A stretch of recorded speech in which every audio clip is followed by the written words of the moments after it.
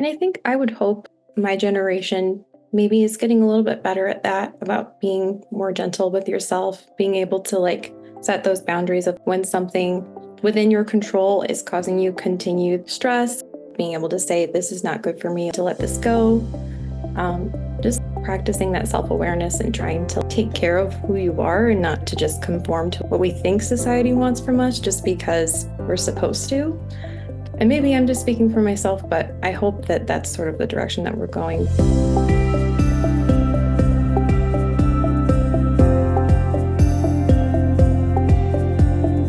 Hi, everyone, and welcome to another episode of Mad and Lucy Mind the Gap. I'm Madeline, Mad, she, her, and joining me is my ever insightful podcast partner, Lucy, she, her. Before we dive in, it is important for us to mention that neither of us are mental health professionals, and the insights we share today are based on general knowledge and shouldn't be considered a substitute for professional advice. So always consult with a healthcare provider for personal advice. Thanks, Madeline. Today we're exploring an intriguing gap, perception versus practice in mental health self-care. I think it's common to think that managing mental health is this complex clinical endeavor, but today we're shedding light on how simple everyday activities can significantly contribute to your mental wellness. And we're going to talk about how integrating simple practices like listening to music or spending time in nature can make a substantial difference in how we feel day to day. So let's get started.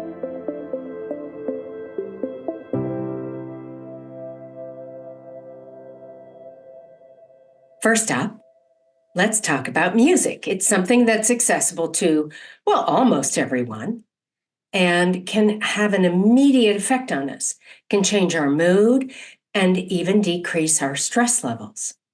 Right. And that's not even anecdotal. There are all kinds of studies that show how music can trigger the release of those feel-good hormones like dopamine. And endorphins. Absolutely. So, Lucy, how do you use music? I think the way that I use music has changed over time, and I think it depends on the season of life that I'm in.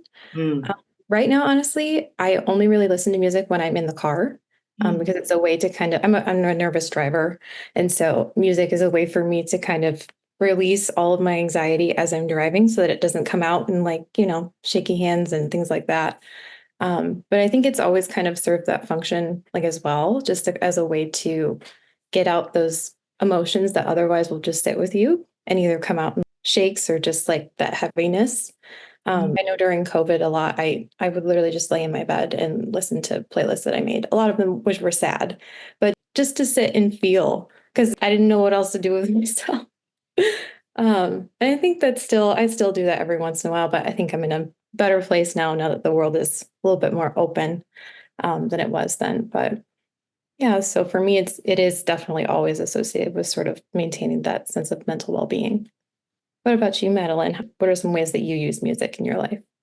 Well, it's funny. I got into the habit of listening to audiobooks, and now that it's so easy, because it used to be you had tapes and then you had CDs if you want to listen to a book, but now it's, with Audible and Libby and all these apps on your phone, it makes it so much easier. But I realized what I lost was that I was listening to a lot less music.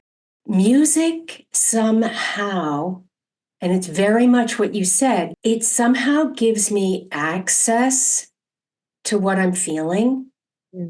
Because I'm so in my head and goal-directed and action-oriented that I know I'm feeling stuff, but it's yeah, whatever, I'll get to that. And somehow music allows me to feel it. So when I know I'm really sad, but I'm not somehow able to actually feel it, I'll go find the theme music to Sophie's Choice. Old movie, try it.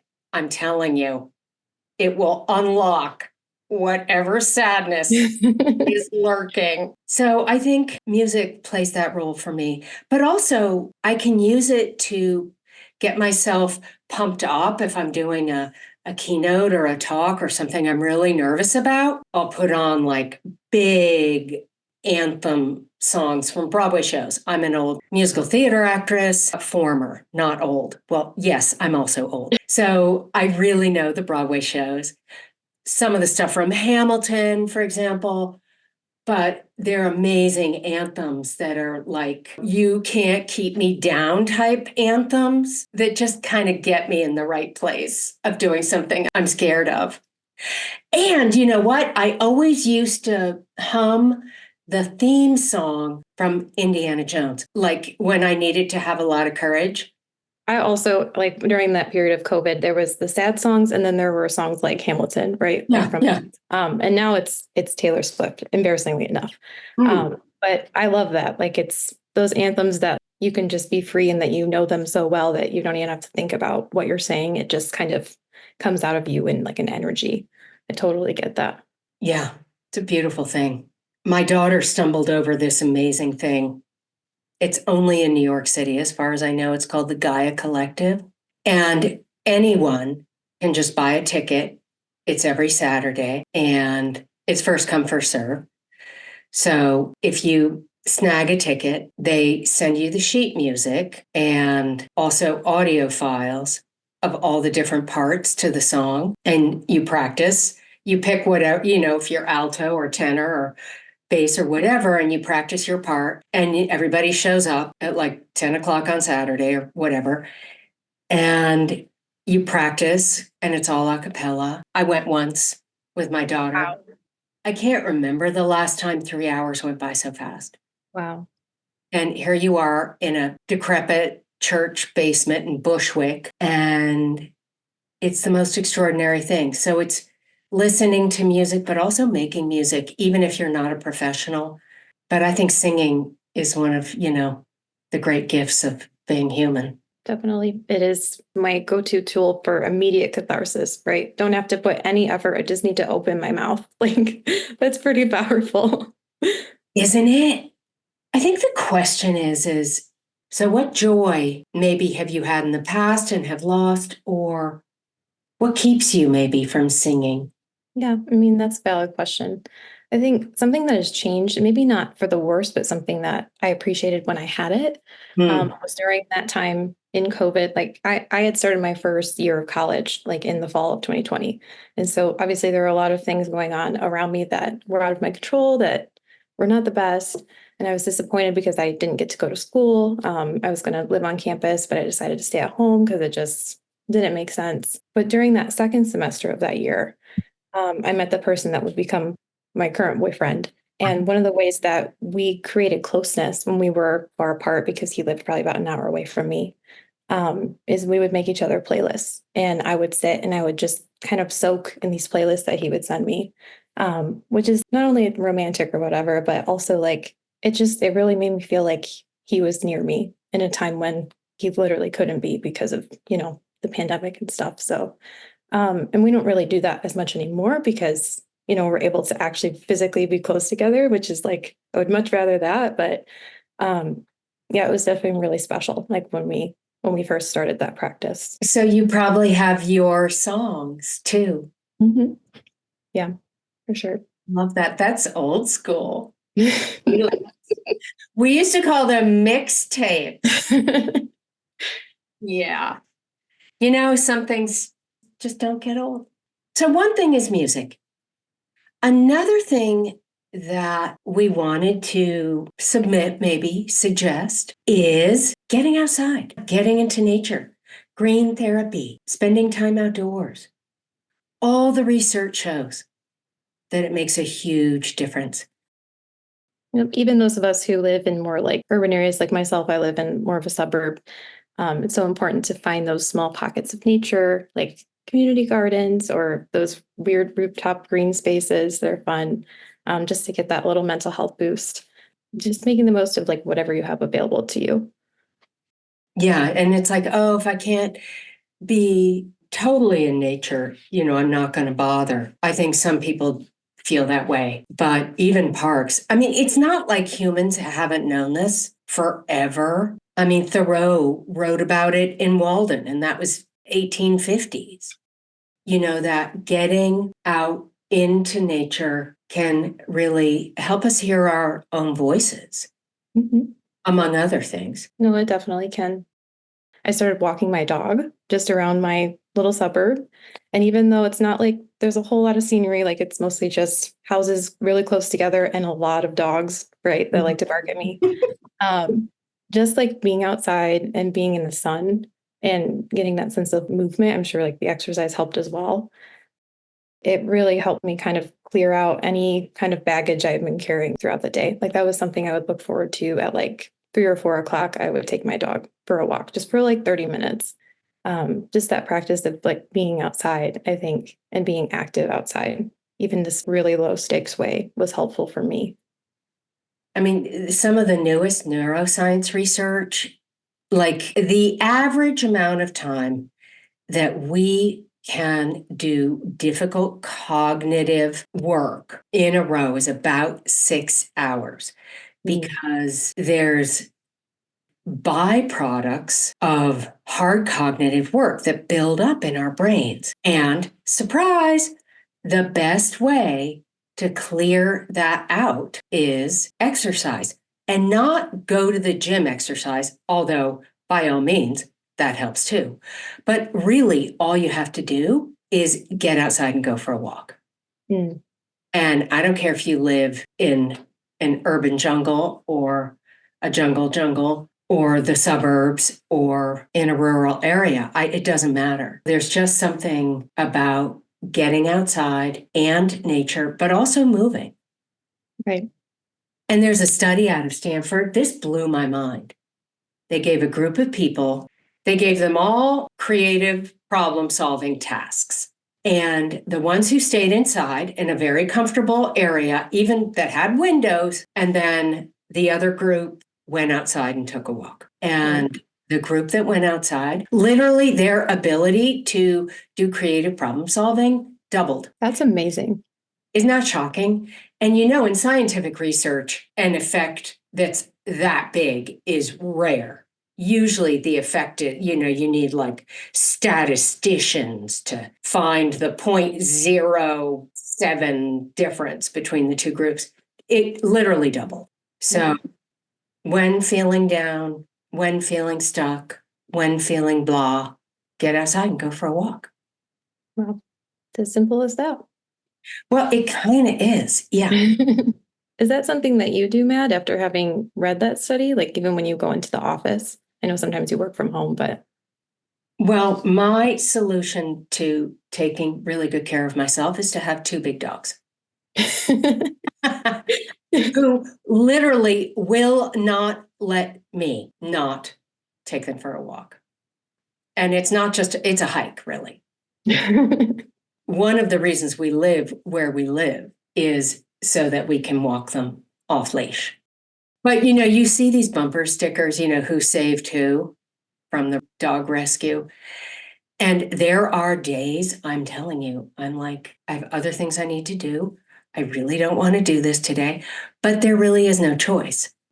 Partially because they need it, but also they're so habituated to it that, they will drive me insane until I get them out. And my first husband was, there's some people who really benefit from being outside. That's me. But then there are people who need it. Like it's a core psychological need. And he had to get out into big nature where there were no people. So I spent a lot of time camping and in the middle of nowhere. And it's good. Yeah. I did that for the first time last summer with my boyfriend. We went to Sleeping Bear Dunes. And like, I was kind of nervous because I was just like, this is kind of out of my element. I'm definitely more of a city girl than anything. But I just loved it. Even the just not showering for multiple days and just showing up just as yourself and making peanut butter and jelly sandwiches in the back of your car. Like, I loved that. And I loved just being able to exist with the world around me. It was really cool. And it was pretty. Yeah, you realize how much interference there is in our regular lives when you get out there. It's a good word for it. Yeah. My second husband thinks camping is when, we're in a hotel that doesn't offer room service. So I think everybody has their own way that being in nature feeds them. And I don't think there's any right way to do it. Yeah. There's your way. There's ways that you've found that feed you. 100%. I think it also probably means like not looking at your phone. Oh, yeah. I think that's one benefit of like camping in the middle of nowhere is because it kind of forces you to not do that, depending on your service. Yeah. It's not just being in the presence of nature. It's like being intentional of the fact that you are in the presence of nature. I think there's one thing in our notes about forest bathing, which I had to look that up before we jumped on. And I was like, I think it's essentially just doing what we're saying, but just being very conscious of everything around you and like really paying attention to everything you're absorbing. And I think that comes when we decide that we're not going to focus on our phone. We're not going to focus even on things like music that are otherwise joyful. We're just going to be present in our physical bodies and pay attention to the world around us. Absolutely. Yeah. Which kind of brings us to mindfulness and meditation. I think there's a difference, right? I feel like mindfulness is more like breath work and paying attention to certain things. That's how I was taught to understand it. So I would do things like where I would lay in my bed and I would focus on the feeling of my feet on my bed or the feeling of my legs on my bed and just go all the way up to my head and then go all the way back down. Basically fall asleep doing that. But like breathing intentionally at the same time while you're doing that. And I think that's more mindfulness. And then with meditation, like there were a couple times that I tried to do the thing where you put a candle in front of you and you only focus on that and don't think about anything else while you're looking at the candle. That didn't always go very well because my brain is a little chatterbox. Yeah, so like those were a couple of things that I tried to do just to like pull myself out of, I guess, the incessant chatter that is my brain sometimes. But I think maybe you have more of an official background in that than me. How would you sort of differentiate between the two? And do you practice one or both or neither? Well, let's be clear about how very official I am. Totally kidding. I do think that the words are used interchangeably. And honestly, it bugs me. But when I really think about it, I don't think it matters. Except to me, meditation is just finding a practice where you can just be perfectly present, doing absolutely nothing, and experiencing the chatterbox.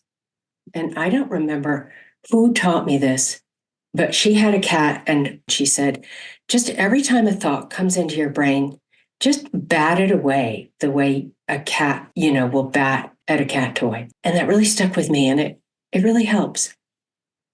And mindfulness to me is in the daily rough and tumble scrum of being in your life, being at work, being at home, getting dinner made, whatever, is to simply notice and be present to everything you're thinking and feeling. And this is the key, without judgment.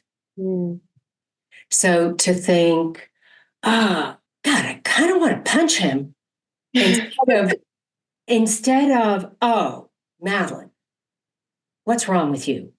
That's so hostile or whatever. Instead of judging the thought, to notice the thought, isn't that interesting? You kind of want to punch him. What's that about? So I think the practice of mindfulness is actually a lot more accessible to people. I was just going to say, like, now that you've explained it that way, I think that's definitely something that I tried to do. I never would have labeled it with that word. Yeah, that was one of the things that I started doing. I think I mentioned before, kind of recovering from my history of being a perfectionist. Like, I think that's a coping mechanism for me is that those thoughts that ordinarily or naturally, I guess I should say, I might judge myself, just being present and taking them and recognizing. Like I read this book a couple of years ago. I think it was called The Untethered Soul, something like that. But the thought that kind of stuck with me was basically what you just said, that we're not the thing creating the thought, we're the thing experiencing the thought. And that means that we don't have to judge it on ourselves. We just have to let it pass through us, if that makes sense. Yeah. The amount that we judge ourselves for just our thoughts, let alone all the stuff that comes out of our mouths and the actions. It's kind of extraordinary. And I think I would hope my generation maybe is getting a little bit better at that, about being more gentle with yourself, being able to like set those boundaries of when something within your control is causing you continued stress, being able to say, this is not good for me, to let this go. Just practicing that self-awareness and trying to take care of who you are and not to just conform to what we think society wants from us just because we're supposed to. And maybe I'm just speaking for myself, but I hope that that's sort of the direction that we're going, that it's like, it doesn't feel that hard to just say, I felt this way. How about that? Or that's interesting. Like, it doesn't have to be, I'm a bad person or I'm a good person. Yeah. I mean, when you put it like that, it sounds so simple, right? And honestly, I think anyone at any age can get better at that. I love that. Yeah. This conversation, it makes me think about like my grandma, who is an older generation. I want to say she's considered a legacy generation. And she's really hard on herself. Like, even though she's been retired for a while, she just will create tasks to give herself a full-time job because she feels like she's not good enough if she doesn't do those things. And so kind of off of that, like what you just said, Mad, what do you think is a good practice for someone like her, who maybe has this belief about themselves, that they're constantly judging those kinds of thoughts or lack of actions or whatever it is about themselves, that there's just this constant judgment? How can you interrupt that, especially if that's been your reality for so long? Well, she'd have to recognize the cost of that first. And honestly, a lifelong habit that someone's had for that long, that's a tough one. She'd have to recognize what it costs her. Yeah, that's valid. Yeah. And so this might be a little close for comfort, so forgive me. You can decline to answer. Is she as hard on other people as she is on herself? Oh, no, not No. at all. Maybe in her mind in a way that I can't see, but she is just one of the most generous, like just giving people. She just gives people a lot of grace for who they are. Yeah, so it is very paradoxical that she has that much grace for other people, but basically none for herself, it seems. So maybe it's a question to her. It sounds like you have a great relationship. We do. Is to maybe make that observation that you have so much grace for other people and yet you have so little for yourself. What would it be like if you were able to extend that kind of grace to yourself? You know, I'm a big fan of the question. That's so smart. And I think that's useful, like no matter kind of where you're at, like you said, if any of us at any point, no matter how long it's been, like a habit of judging ourselves or kind of having that incessant train of thought, just asking the question of, would you be as hard on someone else as hard as you're being on yourself? Yes, that's a great one. Yeah. And when you have a friend who's kind of spinning out, right? Which again, I think happens at all ages. I've always thought it works really well sometimes to ask, what would you say to me right now if the words coming out of your mouth were the words coming out of my mouth? Because there's something really powerful about formulating the thoughts and articulating them out loud. So you can say until you're blue in the face, don't be so hard on yourself, Lucy. Right? But it's so much more effective for me to say, Lucy, what would you say to me if I were doing what you're doing right now? No, I'm actually asking you. Oh, I probably wouldn't be nearly as hard on myself as what I was thinking about myself. I think, yeah, it's easy to be your own worst critic. And it's always helpful to kind of step out of that. Yeah. I'll tell you something I learned from my daughter. And she teaches middle school and high school. And she taught her 8th grade boys 2-to-1 breathing, which some people call yoga breathing. It's the only kind of breathing that has actually been scientifically proven to stop the parasympathetic nervous system, which is what gets activated when we have adrenaline and cortisol flowing, anxiety, panic attacks, fight or flight, when we're in that state. And it activates the sympathetic nervous system, which takes down the volume, right? Mm. And it's so simple. And I don't think it should be called 2-to-1 breathing, because it's actually 1-to-2 breathing, but it's breathe in for 2 counts, breathe out for 4 counts. So it can be in for 1, out for 2, in for 2, out for 4, 3, 6, whatever. And it crazy works, because we were all taught, breathe in, hold, breathe out, hold. But the 2-to-1 breathing actually works to calm down the fight or flight. Yeah. So the last technique we wanted to talk about is writing. So you're a writer. I am. It's kind of like what's going to be on my diploma, which is kind of crazy. And you're a writer. I'm an accidental writer. I never dreamed I would be a writer, honestly. But it's more than just keeping a diary, right? Although that really works for a lot of people. It's a way to process emotions, kind of keep track of what happened in your day, plan out goals, reflect, etc. I don't use writing that way at all. Do you? I have in the past. I think that it has taken different shapes over time. So during high school, it would be more of like a narrative. I'm writing about things that are happening to me. And like every once in a while, there would be a feeling I would put in there. Very like basic. Because I think it still felt like I wasn't able to be vulnerable. It was more just a documentation, something fun. But especially during COVID, when I felt so stuck inside my own head, I would just sit at my desk. I'd set a timer for 20, 30 minutes. And I would do these things called word vomits, where I would just write and write and write, like whatever came to my head, even if it didn't make sense.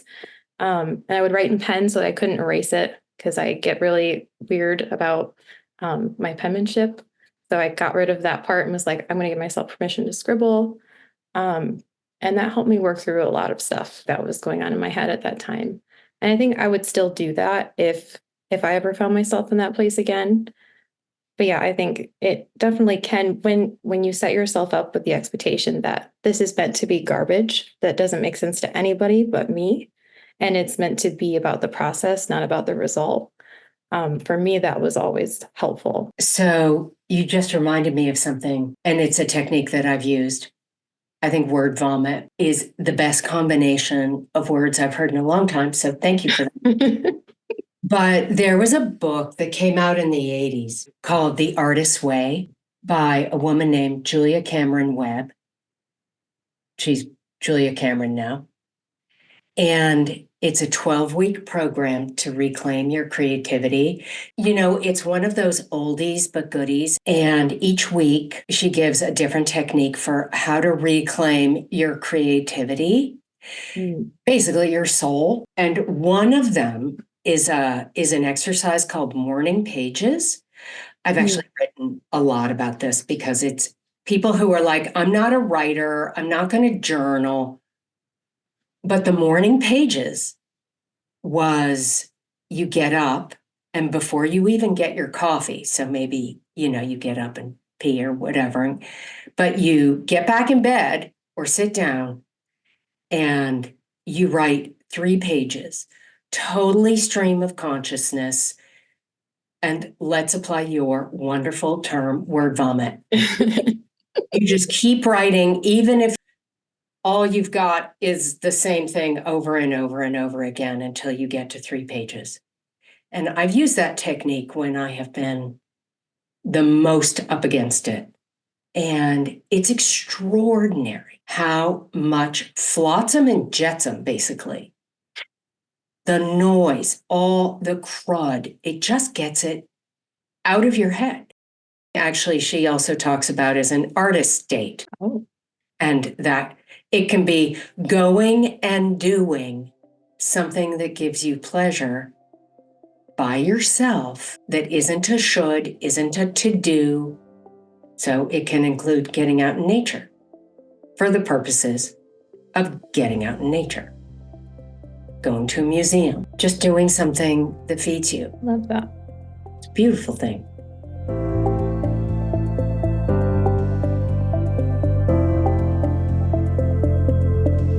As we wrap up today's episode, we want to acknowledge that while we've discussed some lighter, enjoyable ways to enhance mental well-being, mental health is still a deeply serious and complex topic. And we understand that on particularly tough days, it might feel nearly impossible to even consider doing things like playing music or going for a walk or journaling. So it's important to recognize that these suggestions are just one part of a much bigger picture. And for those times when things feel overwhelming, reaching out for professional help is a vital step. It's okay not to always have the energy to engage in activities, no matter how simple they may seem. And while we hope our discussion today offers some helpful ideas, we encourage everyone to listen to their own needs and seek out the support that best suits them, whether that's talking to a friend, consulting a healthcare professional, or finding solace in quiet moments alone. We're here to support you with ideas and inspiration, but your journey is uniquely yours, so take the time you need, be kind to yourself, and know that it's okay to seek out help when you need it. And thank you for joining us today. And until next time, keep minding the gap and take care of yourselves and each other.